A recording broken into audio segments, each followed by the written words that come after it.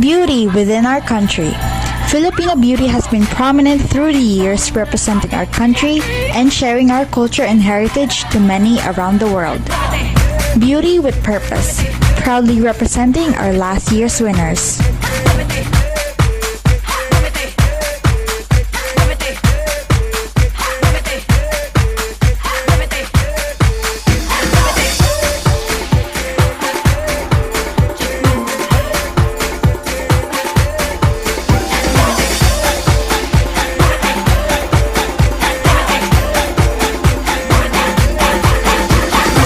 Hundreds of Filipinas have dared to attempt the challenge for the next Binibining Pilipinas. Shall they acquire the title for the Miss Galaxy 2022 in this year's fiercest, most vicious, and wildest rivalry? Ladies and gentlemen, let us begin this showdown.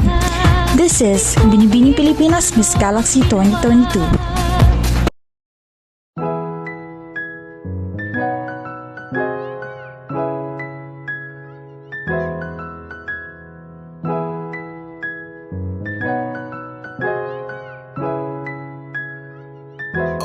Meter for the beat.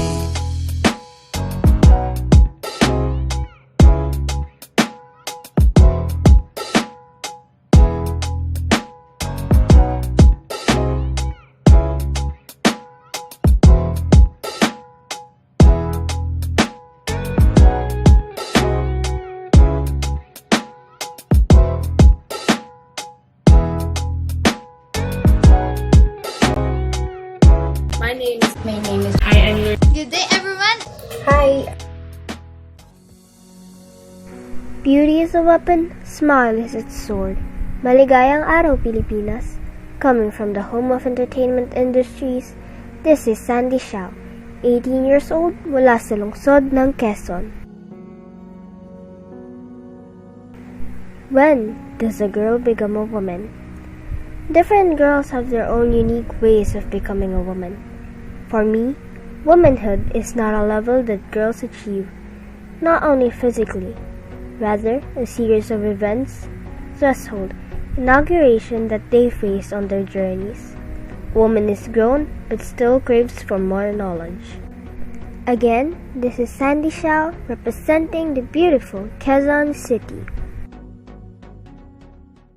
Hi, I'm Amelia Grace, 19 years old, and I'm from the city of Pasay. I would say I'm a very obedient and loving daughter, a very thoughtful friend, and a weirdly nice person in general. My interests concern my pets. I'm both a dog and a cat person. I like life-challenging adventures, and I dream to be an art person relating to photography and anything stuff that I can do with art. I think the essence of becoming a woman isn't a phase for a girl, but it's a mindset.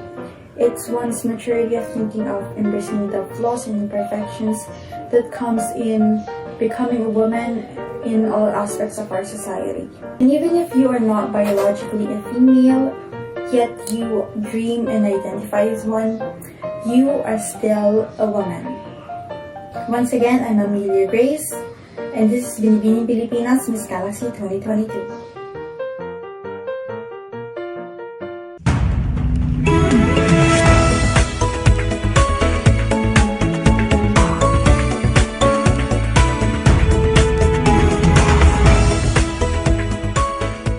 And we're back here at the Okada Manila. I'm your gorgeous host, Camille Ocampo, and this is Binibining Pilipinas Miss Galaxy 2022. We have met our lovely top 10 semi-finalists, and as this event comes to an end, the combat of beauty has been established, and now is the battle of the brains.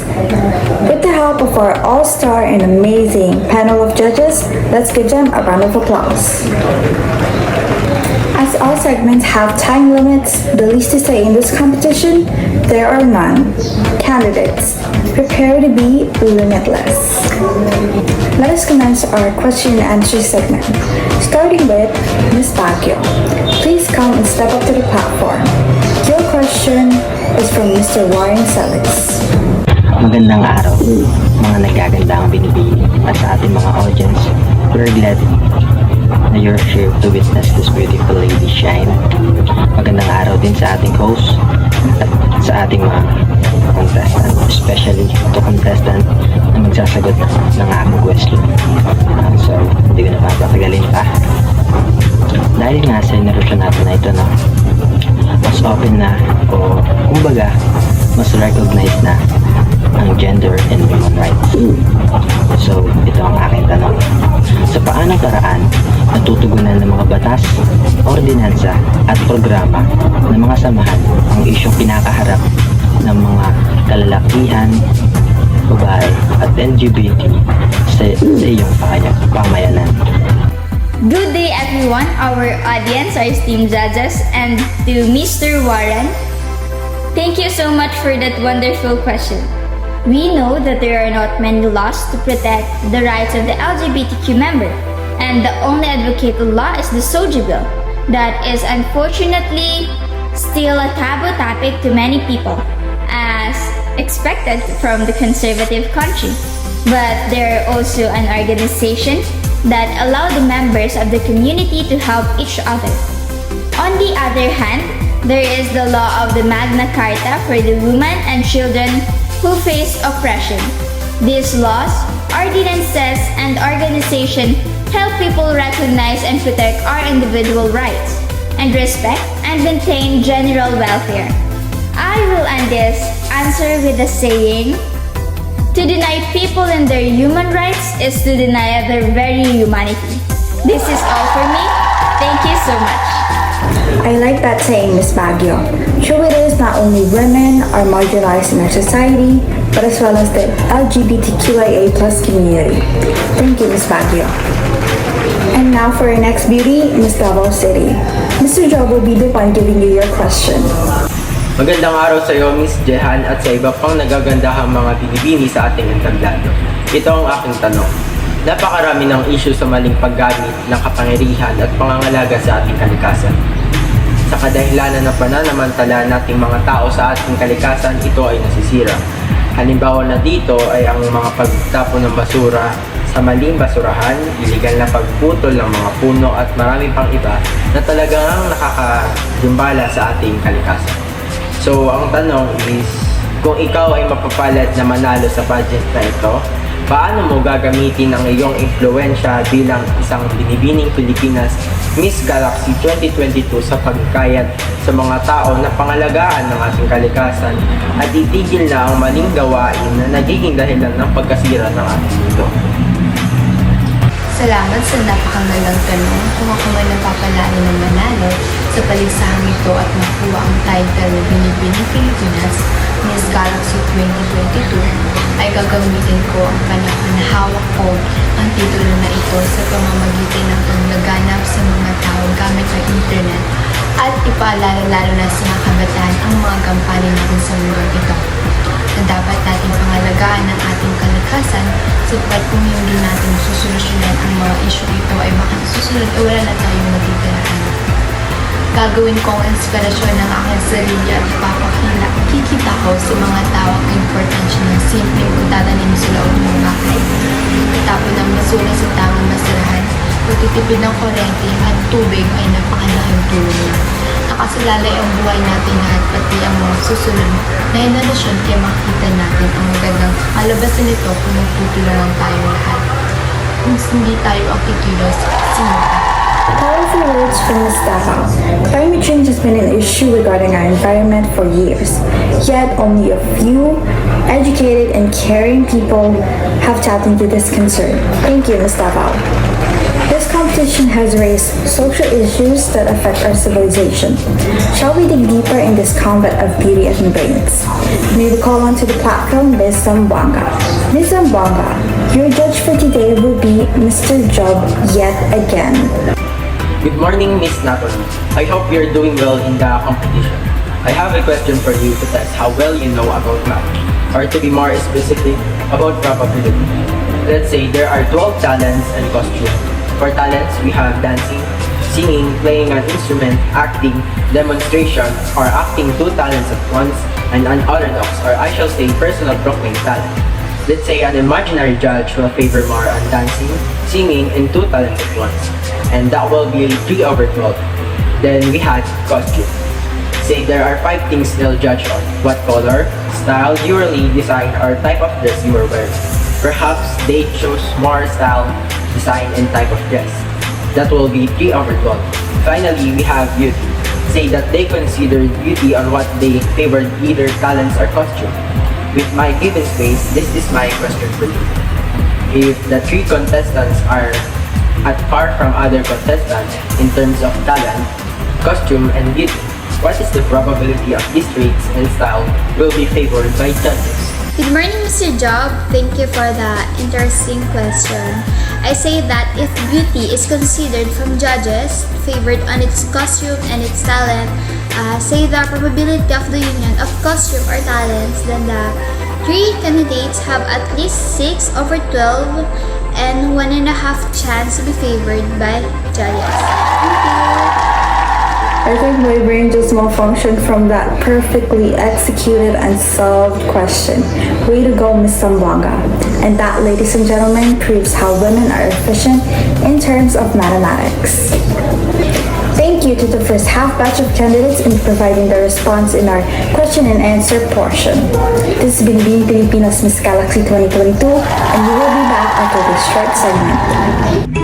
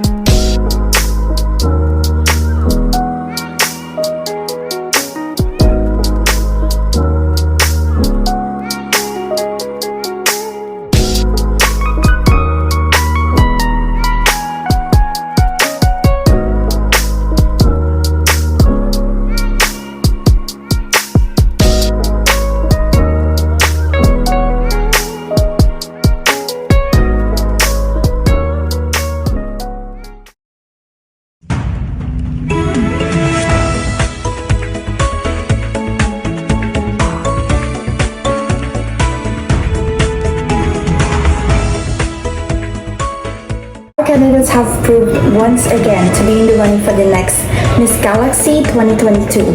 We're back here at the Academy Manila for our second half batch of candidates in taking their portion in the hot seat. And our next candidate will be Miss Pasay. Miss Pasay, your question will be from Miss Nasima. Pleased to meet you, Miss Pasay City. As we all know and are aware today, our planet is now in a dire situation. Resources are starting to drain on Earth, causing many environmental disasters humanity has made in just a few decades. What would you think are the implications if a population of human species is more than the planet's carrying capacity? Good day to everyone watching from my city and to the audience. Thank you for the question. As concerning as it is now, if ever our population is more than the planet's carrying capacity, it will seriously impact not only our society but also our environment and our biodiversity. As humans are now striving for more resources, making environmentally disastrous decisions for the survival of the people, leading to many landscape changes, including the destruction of animal habitats such as forests and ice caps, causing a devastating extinction event, one that will later cause many human deaths.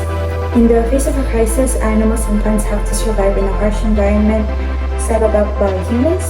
Those who are weak are usually the ones who will go extinct and a chain reaction occurs. The ones that will survive are those who are genetically diverse while the planet burns in chaos.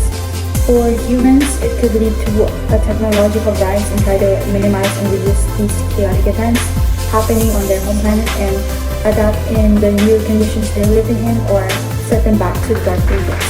Thank you. Isn't Miss Pasay's statement just devastating for humanity? Well executed, Miss Pasay. Thank you very much. For our next contestant, may we call on Miss Caloocan to the platform, please? Your question is, Good day to everyone. Glad to see that all of you are well. Good day to Miss General also. Are you ready to answer my question? Why? Of course you are. Alright, so I have heard that you are a literature geek. So my question for you is, give your own independent critic from your chosen selection. Good day to you, to Ms. Nasima, and to our audience, our host. Thank you for this opportunity to answer this question. This is the story that my teacher had told us. I have come to like the short story by O. Henry, The Last Leaf. O. Henry is an accomplished American short story writer of the story The Last Leaf. The settings of the story is set in a quaint old Greenwich village where the rents are low and in which there are a surge of pneumonia. It is the area preferred by struggling artists, Sue and Jonesy trying to make ends meet. The setting itself sets the gloomy aura of struggle and suffering. There are notably few characters in the story. The two main characters are Sue, who is a young painter originally from Maine, her friend and roommate Jonesy, who is a young inspiring painter suffering from pneumonia, who is giving up her will to live because of her sickness. Their neighbor, Mr. Vermont, also an artist who had spent his life waiting for the opportunity to create his own masterpiece. Also the doctor who had checked up on Jonesy. The first theme that we encounter in the story is human versus human. As we see when Jonesy was being pessimistic that she would not heal anymore, despite the doctor's frequent assurance that the medicine could heal her. Jonesy's own pessimism engaged her in a psychological war with herself. The second is when faith in the goodness in humanity when Sue told Mr. Berman Jonesy's fascination with the ivy leaves and what Jonesy said about the lost leaf, whether she would also be one with the leaf. Mr. Berman takes it upon himself to lift the ghost spirits by going out in a stormy and windy night to paint a realistic cliff hanging on. Mr. Berman is only but the neighbors to the two young painters, but his kindness gave a spark to Jonesy's will to live, and his sacrifice touched the heart of the younger enough to decide that she would live and prosper just like the leaf she adored. There is an irony that Mr. Berman spent his lifetime waiting for his opportunity to create his masterpiece, but due to his noble sacrifice, he was not able to see the masterpiece and the miracle he made. The story is full of glum imagery pertaining to death, some of which are mentioned: cold breath of autumn, fragile as a leaf. Also to mention that the three main characters live in an urban poor place where pneumonia is rampant. This is my independent criticism of my chosen literary selection. Thank you for sticking me until the end. What a very long and precise answer from Ms. Caloocan. She really took on the challenge of being limitless. Thank you, Ms. Caloocan. The best answers we've heard so far from the candidates, and the next Miss Galaxy 2022 shall be announced soon. Now, for our last but definitely not the least, Miss Mandaluyong. Your question is, Ang araw sa ating mga nagagandang kontesera, mga manonood, ating host. Ayan, uli ako'y nagagalak na nandito upang maging isang hukom ngayon. Nawa ay anayanan niyo muli ako. Ito na ang aking tanong. Para sa iyo, ano ang kahalagaan ng akda sa sarili, panlipunan at pandaigdig mula sa akda ni Jose Rizal na ang El Filibusterismo? Magandang araw din po mga manonood. Ang akda para sa aking sarili ay nagsasabing huwag tayong mahiya sa ating bayan. Huwag tayong matulad kay Doña Victoria na kinsusuklaman ang kanyang sariling lahi. Bagkos, tayo ay maging tulad nila Julie, Simon at lumaban para sa ating bayan at mahalin ang lahi. Para sa panlipunan ay kitang-kita pa rin natin ang hindi pagkapantay-pantay ng estado ng mga tao. Patuloy ang pang-aapi sa maralita at mayroon pa rin mga nakaupong opisyal sa gobyerno na napaninlang na maaaring ihalin tulad sa mga mananakop ang akdang ito. Nawa ay mabigyan ng kaliwanagan sa mga kapwa kong mayayaman na gumising at dumilat sa katotohanan at huwag papaaping muli. Ang akda na ito ay pandaigdig, ay nagpapahiwatig na huwag lang tayong mang-aapi, tayo ay tumayo sa ating mga sariling paa, tumindig para sa tama at iwaksi ang mali para sa iyo, sa kanya at sa mga susunod na henerasyon na makikinabang. Dito ko wawakasin ang aking pagsagot. Maraming salamat sa pakikinig. Amazing answers from Ms. Mandaluyong. Thank you very much. We have heard all of the responses from our candidates, in which our question and answer segment has just been concluded. Shall we find amongst our top 10 semi-finalists who will bear the next title of Miss Galaxy 2022? As of now, our judges are deliberating, and we hope to entertain you with a little movement within the next segment. This is Binibining Pilipinas Miss Galaxy 2022. I'm Jamil Campo, and have a nice day.